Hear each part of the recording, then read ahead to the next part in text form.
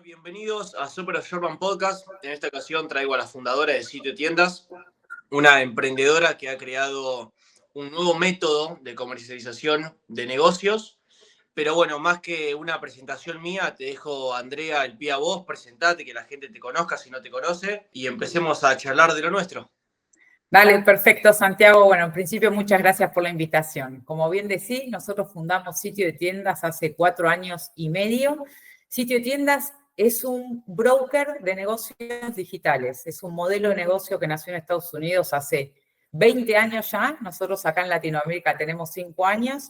Y el propósito básicamente fue tratar de estandarizar el proceso de compra y venta de negocios online de manera de hacerlo principalmente seguro y transparente para ambas partes y en tercera instancia que sea un proceso ágil. Bárbaro, esto es algo que no hay y desde ya un placer recibirte y tenerte acá. Acá hay una cuestión que siempre ha pasado, yo he hecho, bueno, la gente que ya me conoce sabe que soy un emprendedor y un adulto precoz, y el tema de la seguridad con lo que es la compra de tanto negocios físicos como digitales siempre es una cuestión problemática porque no hubo nunca, al menos en la región, un asesoramiento y toda una parte legal, porque inclusive los estudios jurídicos no suelen estar a la altura de temas digitales.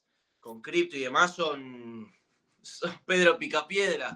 Así que, bueno, está bueno Exacto. tener empresas como la tuya que, por más que quizás sea transportar, como hizo Mercado Libre, el modelo de Amazon a Argentina, traigan soluciones tecnológicas y revolucionen industrias como también es tu caso. Tal cual, Santiago. Además de que hoy no hay especialistas, los pocos que hay son para empresas de envergaduras de 5 millones de dólares para arriba, en términos de valor de venta. Y nosotros agarramos un nicho que va de negocios de 10.000 dólares, 5.000 dólares, hasta 7 millones, 20.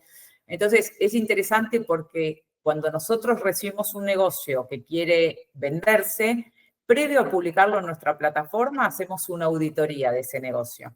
Validamos con herramientas que son externas y no manipulables las ganancias del negocio en términos de ventas, costos y gastos. Todo esto lo utilizamos, el mundo online es muy generoso en esto, te permite utilizar reportes de pasarelas de pago, los reportes de venta de los e-commerce, Google Analytics, que es una herramienta brillante que te permite ver el tráfico web y las conversiones, la inversión publicitaria a través de Meta, a través de Google Ads, TikTok, X y demás.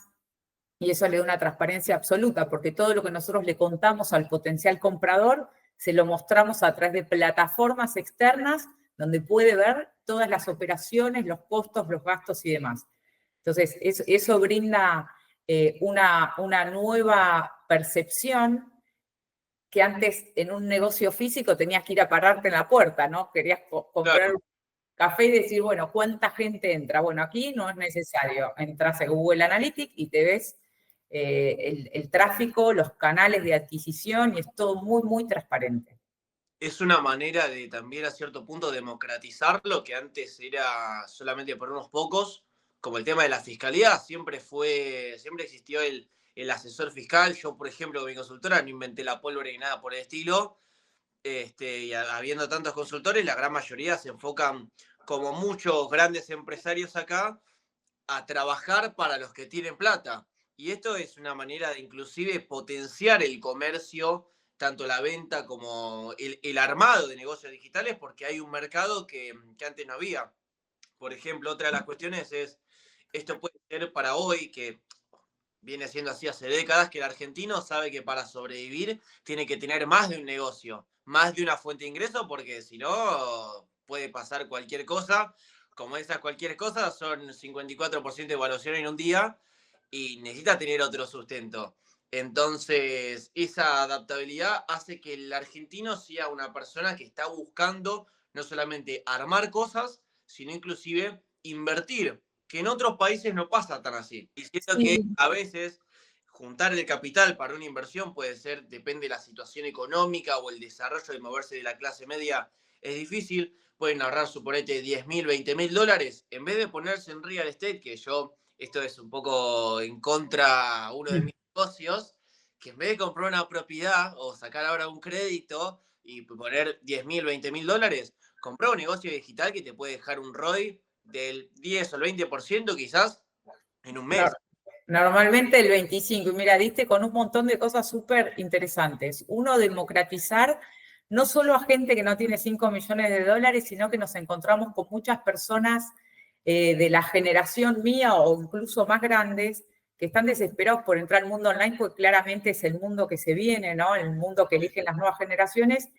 Y obviamente no tienen los skills y el know-how. Entonces, arrancar de cero sería imposible. Entonces, vienen a sitio de tiendas con la alternativa de encontrar un negocio ya constituido, consolidado, con trayectoria, y que haya un dueño, que es el vendedor, que los va a hacer rampear, les va a pasar todo su know-how, los va a entrenar y lo va a acompañar durante un plazo. Con lo cual democratizamos no solo en términos de poder adquisitivo, sino en términos de edad, que a mí eso me parece alucinante. Claro. El otro que dijiste de real estate versus un negocio, vos sabés que me estoy encontrando con un montón de chicos jóvenes que me plantean exactamente eso. Me dicen, yo en lugar de invertir en una propiedad, que la verdad no soy experto, prefiero invertir en un negocio que sé cómo escalarlo, que sé cómo externalizarlo y aumentar su margen, y están viniendo a invertir en esto. Y además, en términos de rentabilidad, me das un pie para contarte otra cosa, Santiago, que es cómo están valuados los negocios online. Los negocios online suelen valer entre 2 y 4 veces su EBITDA anual, que sería la ganancia antes de impuestos, ¿no? Claro. De manera que la rentabilidad es enorme, porque vos podés recuperar un negocio en 2 o 4 años, y normalmente quien lo compra con otra espalda, otro capital, que lo escalan tan rápido que al año están recuperando esa inversión. Entonces Claro. quedás con un ingreso, quedás con un negocio para revender el día de mañana a un mayor precio que al que compraste. Entonces termina siendo, en Estados Unidos, que hacen 20 años hacen esto, lo llaman el círculo virtuoso, ¿no? Compro, escalo y vendo, gano desde el ingreso mensual del negocio, pero además gano en la capitalización de ese negocio. Claro, y una de las características que tienen los grandes empresarios es agarrar las ganancias de una empresa que ya tienen armada, comprar otra empresa, escalar las ventas, mejorar lo que es los márgenes y después salir a vender o inclusive quedársela. Pero bueno, eso es un punto muy importante en lo que es lo que hoy es tendencia, las finanzas comerciales, empresariales y personales, que yo creo que hoy ha sido muy prostituido muchos conceptos por muchos gurús que son cuatros de copa en la realidad, pero es muy importante tener en cuenta todas estas herramientas y cuáles son las características que te llevan de ser un cuatro de copa a un tiburón o un pez gordo, que se da muchas veces con el inversor que adquiere una propiedad o un negocio digital porque se reinventa, que esto pasa mucho con el típico comprador de inmuebles, que es una persona que tiene quizás 3, 4 kioscos y está ahorrando, le sobran, no sé, 10.000 o 15.000 o 20.000 dólares por mes y dice, bueno, al año me voy comprando un departamento de pozo, 2 departamentos y voy ahorrando metros.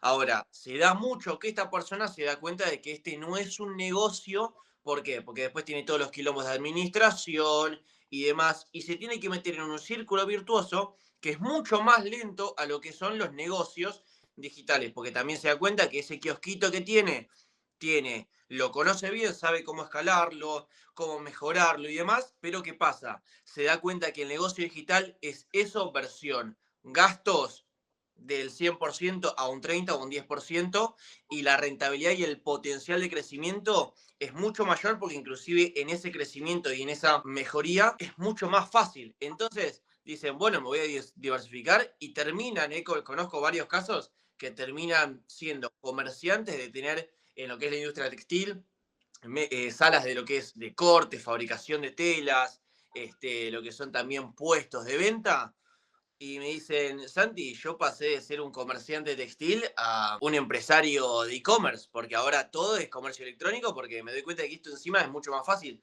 Pasé de tener 50 empleados a tener a mis hijos con la computadora y yo estoy tomando sol en la reposera todo el día. Y eso solamente le pasaba a los que hicieron plata para, suponete, comprar un hotel y dejar a los hijos administrándolo y él estar tomando ese sol en la reposera en su hotel, que son casos de esos 5 millones de dólares que estábamos hablando.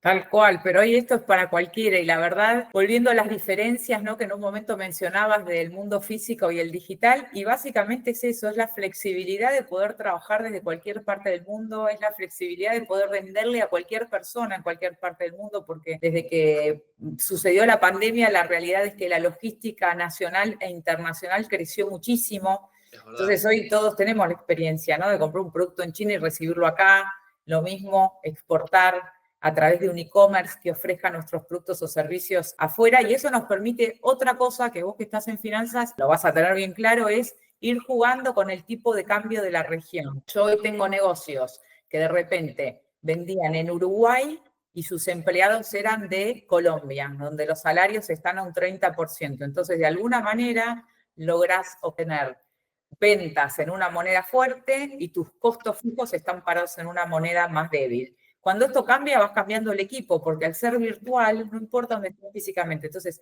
la flexibilidad del e-commerce es infinita y el mundo de posibilidades en la compra y venta lo fortalecen todavía más. Totalmente de acuerdo. Y una cuestión, hablando también del tema de democratización, es un factor importante que antes solo pasaban con los grandes titanes como Apple, Alphabet, y Meta, que lo que hacían es, hoy en día ya es otra cuestión, otra cara la de China, pero tenías a Estados Unidos fabricando en China porque ellos vendían en todo el mundo, en Europa y en Estados Unidos, y los chinos estaban muertos de hambre y fabricaban por 2 pesos. Ahora la fábrica del mundo es India.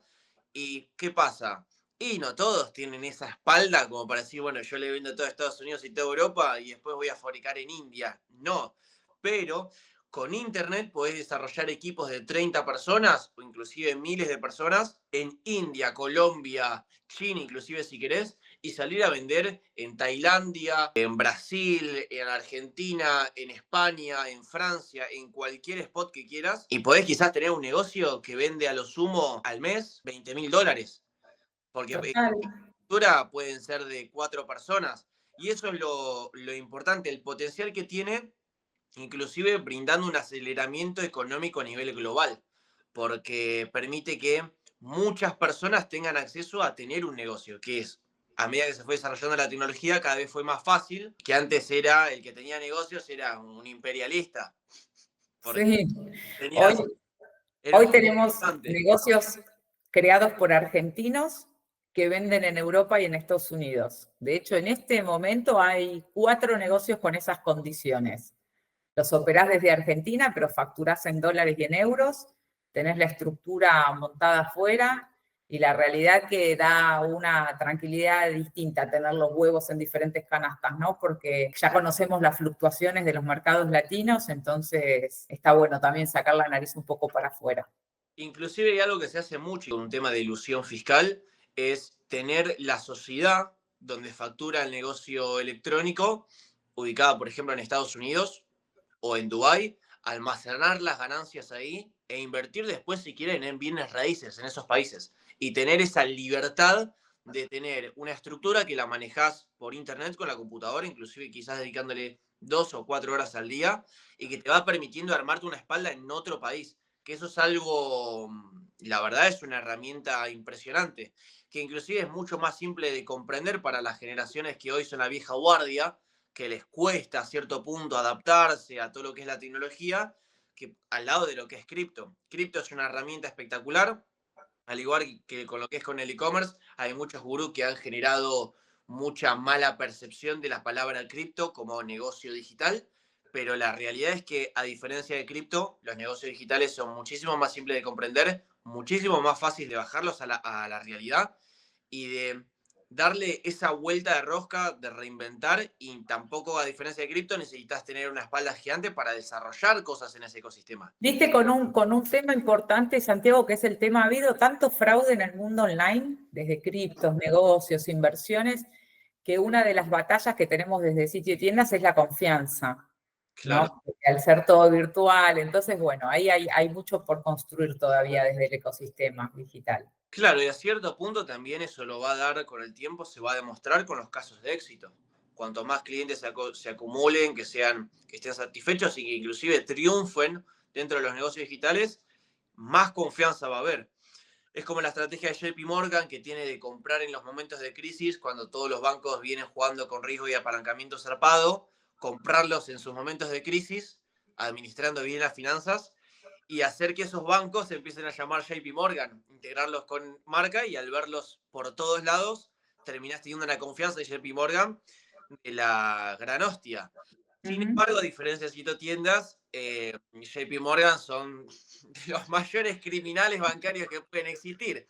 Pero bueno, esa es una muy buena estrategia para que cualquier empresa, ya sea con intereses buenos o malos, triunfe en lo que es la generación de confianza en el público. Nosotros afortunadamente en las 89 operaciones que llevamos hechas nos han traído muchos recomendados, ya sea para comprar o vender, a partir de lo que vos decís, haber tenido una buena experiencia de confianza y demás. Así que eso, por supuesto, siempre suma. Por eso es importante la trayectoria de los negocios, ¿no? En los negocios online, uno de los factores que hace que su precio suba o baje tiene que ver con los años de trayectoria que trae el negocio. Así que la historia de cada uno termina hablando por uno mismo.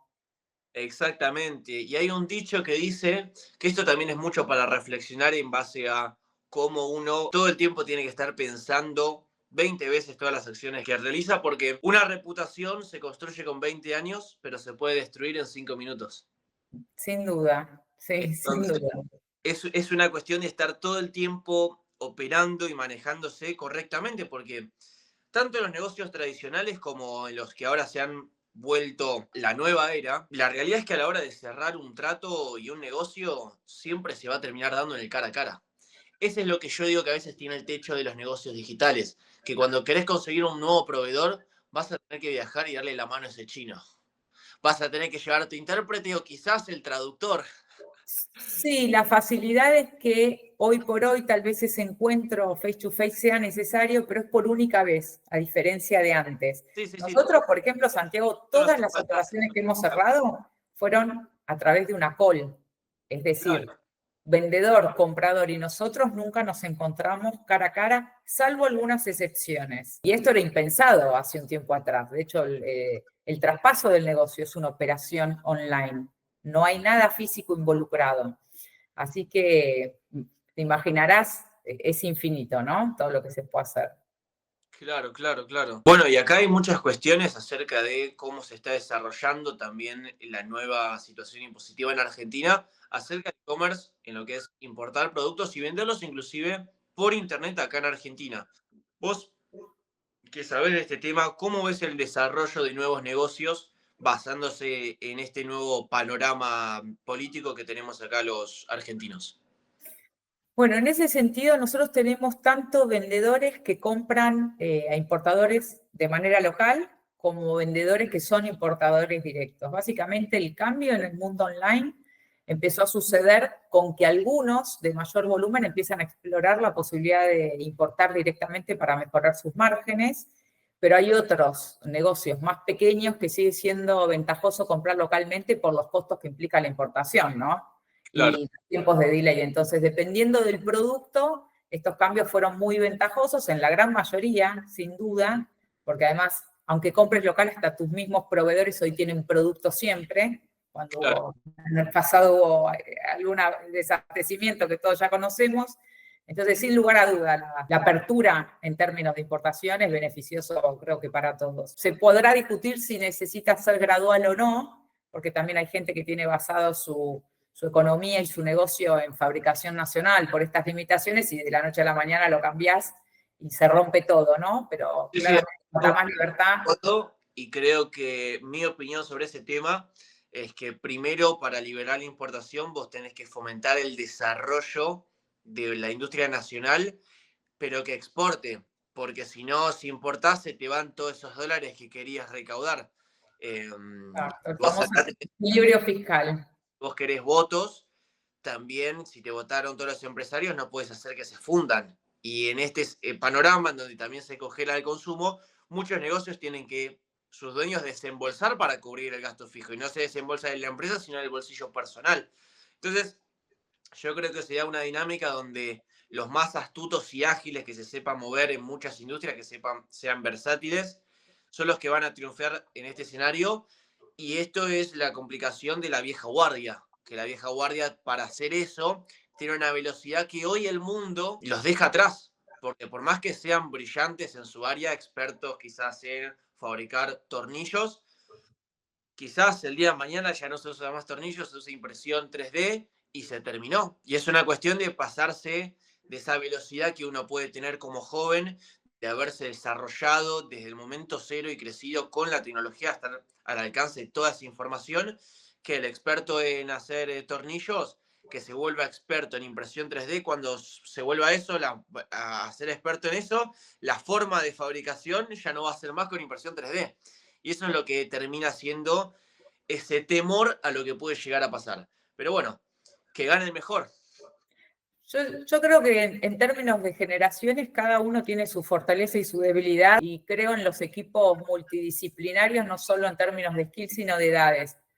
Para darte un ejemplo, en sitio de tiendas tenemos un equipo que va de personas de 57 años a personas de 19.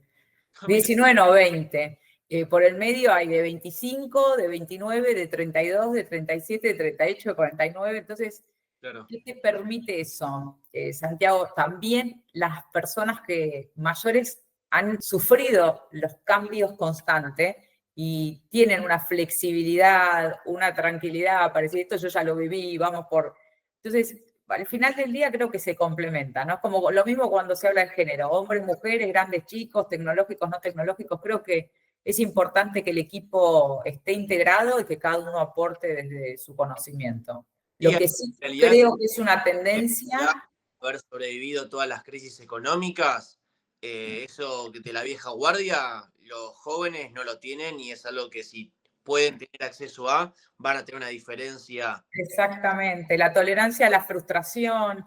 Una empresa pyme en la Argentina que tenga 30, 40 años, te puedo asegurar que tiene un máster en finanzas de alguna manera, aunque haya terminado solamente el secundario.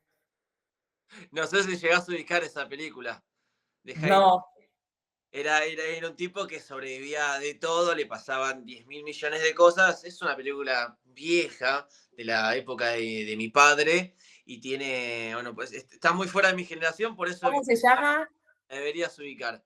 Pero bueno, más que nada es un concepto que decimos mucho con un socio mío de fiscalidad, que todos los empresarios, que por la cuestión de que porque no se supieron adaptar a negocios digitales y decidieron pasar su línea de producción a Paraguay, por ejemplo, en Paraguay no tienen historial crediticio, pero son Highlander porque se bancaron todas las crisis económicas y la cuestión, el reclamo que nosotros hacemos es cómo es que desde la parte financiera no hay una concientización de eso y se le niega el crédito empresarial, comercial, a todos estos empresarios que van a pagarte, pero fortuna, si les prestas la plata. Bueno, pero por ese desgaste que la nueva generación está abriendo las sociedades fuera del país. Esa es la realidad, de ver a padres y abuelos que han empeñado toda su vida, todos sus ahorros en cosas y al final se habla mal de los empresarios en la Argentina, es que muchas de las nuevas generaciones las empresas no las abren acá. Todo, ¿no? Una consecuencia de... Sí, sí, bueno, pero esto también ha venido de muchos gobiernos que no nos han ayudado. De hecho, nos han tirado para abajo. Bueno, ese debate de si quién estuvo mejor o quién estuvo mal, lo dejo para que la gente me bardee en los comentarios. Pero la realidad es que han generado toda esa cultura de que no, ese como anda en un buen auto, debe ser narco, es re mala persona. ¿Por qué? Porque como yo creo que soy buena persona y no tengo eso, él como lo tiene debe ser un hijo de puta. Y todo ese odio al empresario, querer boicotearlo, ponerle los pies en la rueda, ha hecho que inclusive se intensifique esa cuestión de que el emprendedor siempre ha sido ese raro que veía las cosas, lo demás no, que tiene esa visión y trata de reinventar y hacer y crear. Entonces, socialmente para el emprendedor ser emprendedor ha sido un castigo y en Argentina eso viene con esteroides. Sí, total, total. No se tiene en cuenta que en realidad uno muchas veces, en mi caso personal, yo venía del mundo corporativo, trabajé toda la vida en empresas de tecnología, mi última posición fue directora para todo Américas en Intel de Retail Marketing. Cuando decido emprender con sitio de tiendas, vendo una propiedad para invertirla toda en este proyecto. Y obviamente uno de mis mayores sueños es lograr tener un equipo de trabajo fuerte, porque dar empleos para cualquier ser humano normal es una satisfacción enorme, porque todos sabemos lo importante que es generar ingresos, poder irte de vacaciones, mantener a tus hijos, mandarlos a buenos colegios, ¿no?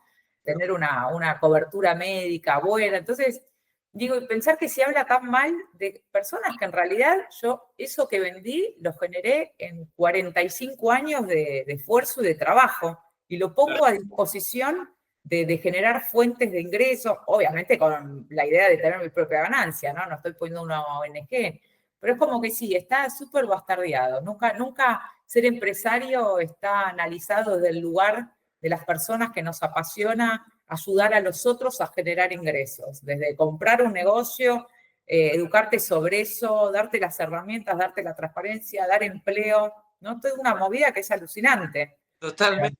El empresario es el que más ama, es el menos egoísta, porque cuando desarrolla un producto o un servicio, está pensado para beneficiar al que lo consume. Entonces, si fuésemos como esta visión, que la gente que te aplaude cuando te salís de relación de dependencia monotributista, que te garchan el doble en impuestos, y cuando ya empezás a tener empleado, te convertís en ese ogro de relación de dependencia que lo único que querés es perjudicar a la sociedad y sos el anticristo. Tampoco somos el otro lado, la otra cara de la moneda. Hay un equilibrio. Y sin todos esos empresarios, Argentina se hubiese desaparecido con estos años de socialismo que nos han destruido.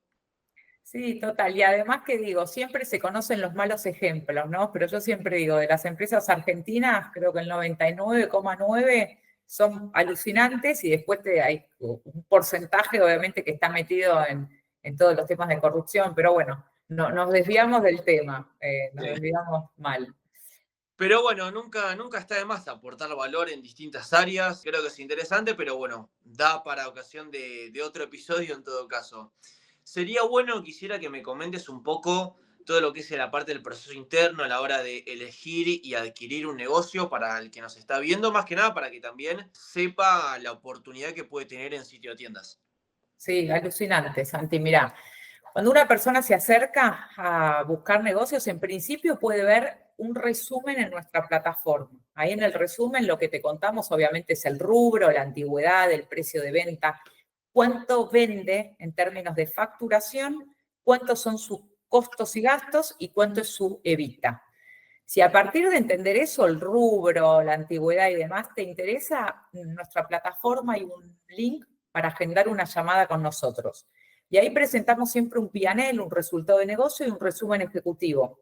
Y evacuamos las principales dudas. ¿Quién lo creó? ¿Por qué lo vende? ¿Cómo está compuesto el equipo? ¿Cómo adquiere a sus clientes? ¿Quiénes son sus proveedores? Y toda esta cuestión de, otra vez, seguir analizando si hace match con lo que vos estás buscando. Claro. Todo eso que está ahí publicado obviamente fue auditado por nosotros, con lo cual nosotros damos fe de la veracidad de eso.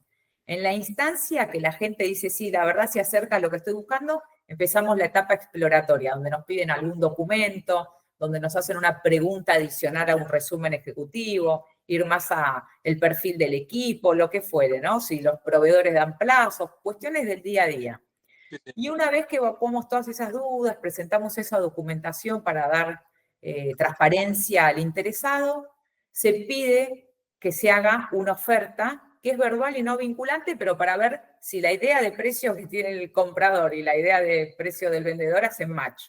En caso que se acepte esa oferta, ahí sí, se toma una reserva, suele ser de $2.000, se firma un acuerdo de cesión de derechos que se trabaja con las dos partes, donde básicamente se legaliza qué se va a traspasar, por qué valor, con qué forma de pago, la intervención de sitio de tiendas, todo en extremo detalle, y se le quitan las credenciales al vendedor. De manera que en una instancia todo eso está en manos de sitio de tiendas, quien comparte con el comprador y revisamos todo por última vez, para estar seguros que todo está en correcto funcionamiento, que todo lo que hablamos es lo que finalmente tienen las herramientas. Y ahí en esa instancia es donde el comprador paga al vendedor el monto del negocio, descontando la comisión que nos la paga directamente a nosotros. Recién cuando el vendedor nos confirma la recepción del pago, nosotros todas esas credenciales se las pasamos al comprador y el comprador en 24 o 48 horas está trabajando en el negocio.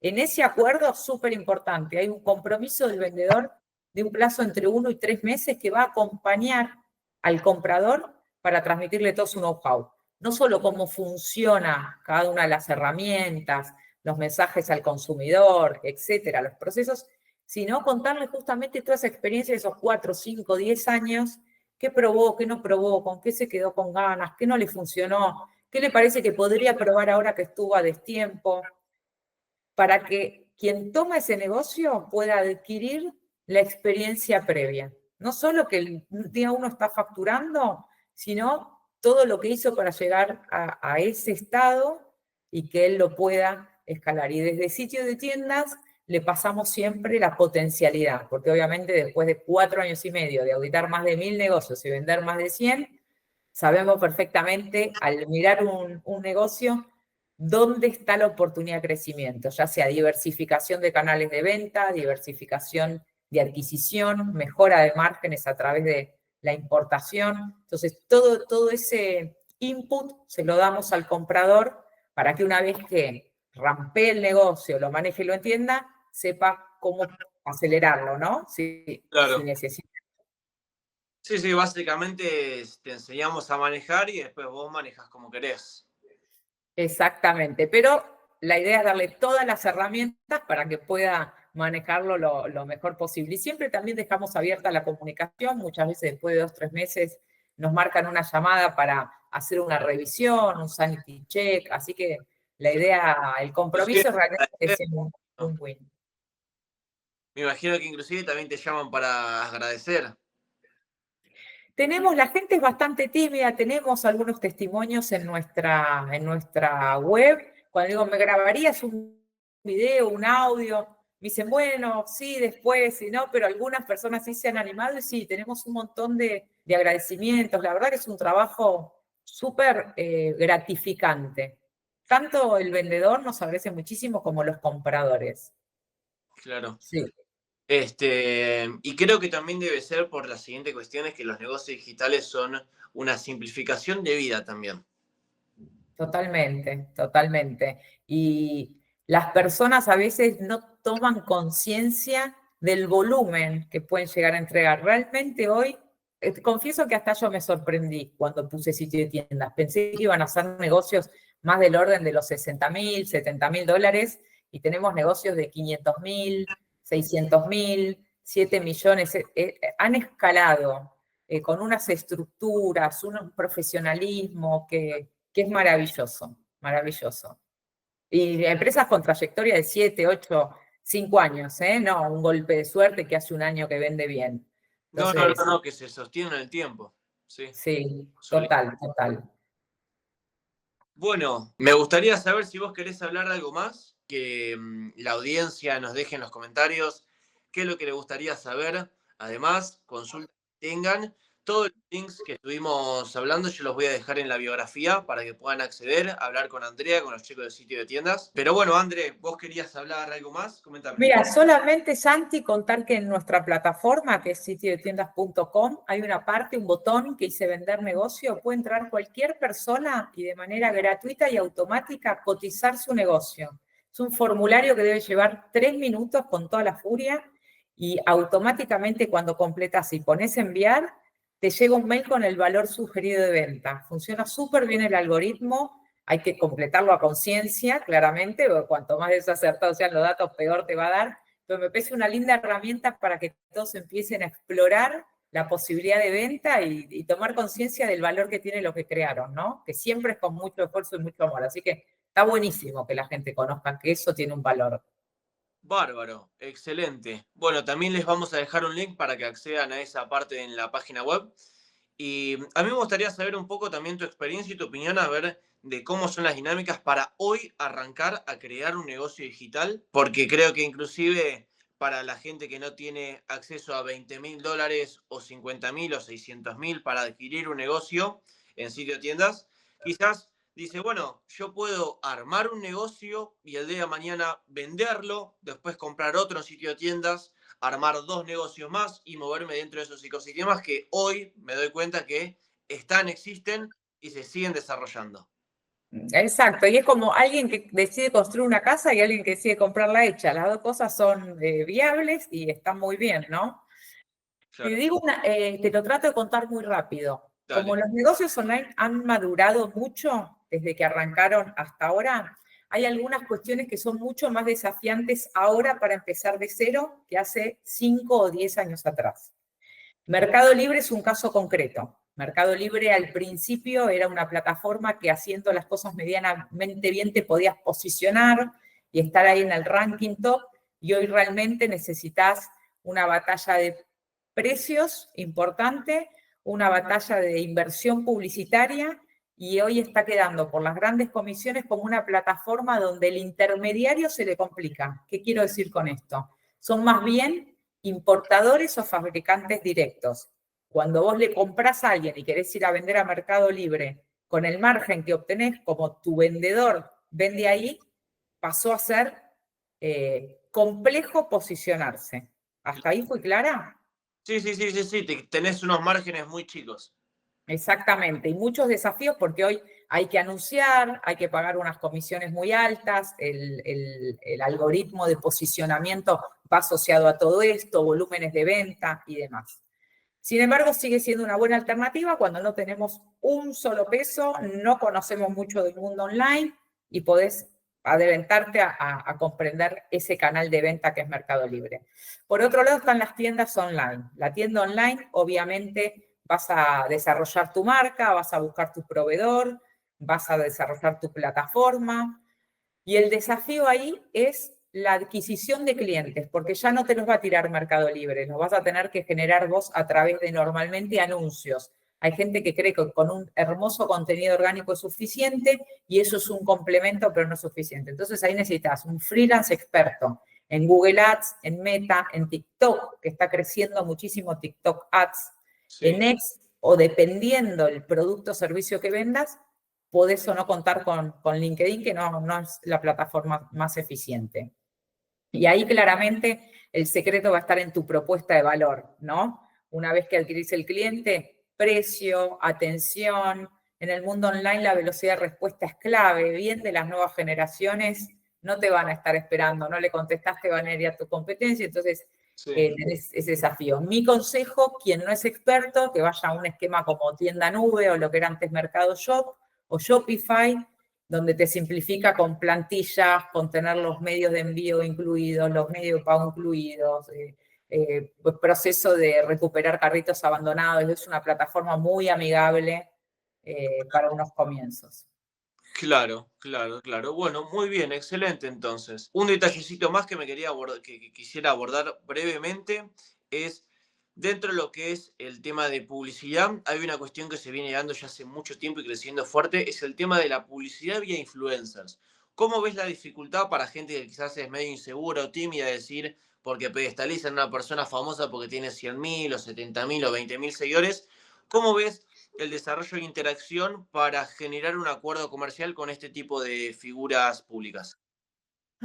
Bueno, qué pregunta. El influencer a la hora de la verdad, las personas que somos muy de las métricas, no termina siendo normalmente el mejor medio para convertir la venta. El influencer te puede ayudar en otras áreas, como por ejemplo posicionamiento de marca y ganar seguidores. Pero a Claro, la hora de la verdad, el influencer no es alguien que con una promoción logre que quien lo está escuchando vaya a tu tienda, cargue el carrito, pague y se lleve el producto. claro. Entonces, según lo que vos busques, te va a servir o no. Si es conocimiento de marca, ganar seguidores, posicionamiento, va bien. Si vos lo que querés con eso es una conversión, te diría que hay otras herramientas mucho mejores y hasta más económicas. Ok, ok, buenísimo, bárbaro entonces. Es Y una generalidad, ¿no? sí, Porque sí, digo, sí, obvio. influencers hay infinitos, productos y servicios, pero en términos generales está funcionando así hace ya varios años. Ok, bárbaro entonces, genial. Bueno, por el momento ya tengo, como te dije, saciadas mis dudas, ahora sí. En otra ocasión me gustaría quizás invitarte de nuevo para responder las dudas que puedan llegar a tener la audiencia y agregar más valor, que estoy segurísimo que lo podemos agregar. Así que Bueno, te doy las gracias por haberte tomado el tiempo y venir a nuestro podcast virtual y nos estamos hablando. Excelente, Santi, gracias a vos y seguimos en contacto, a disposición. Dale, que andes bien. Hasta luego. Chao, chao.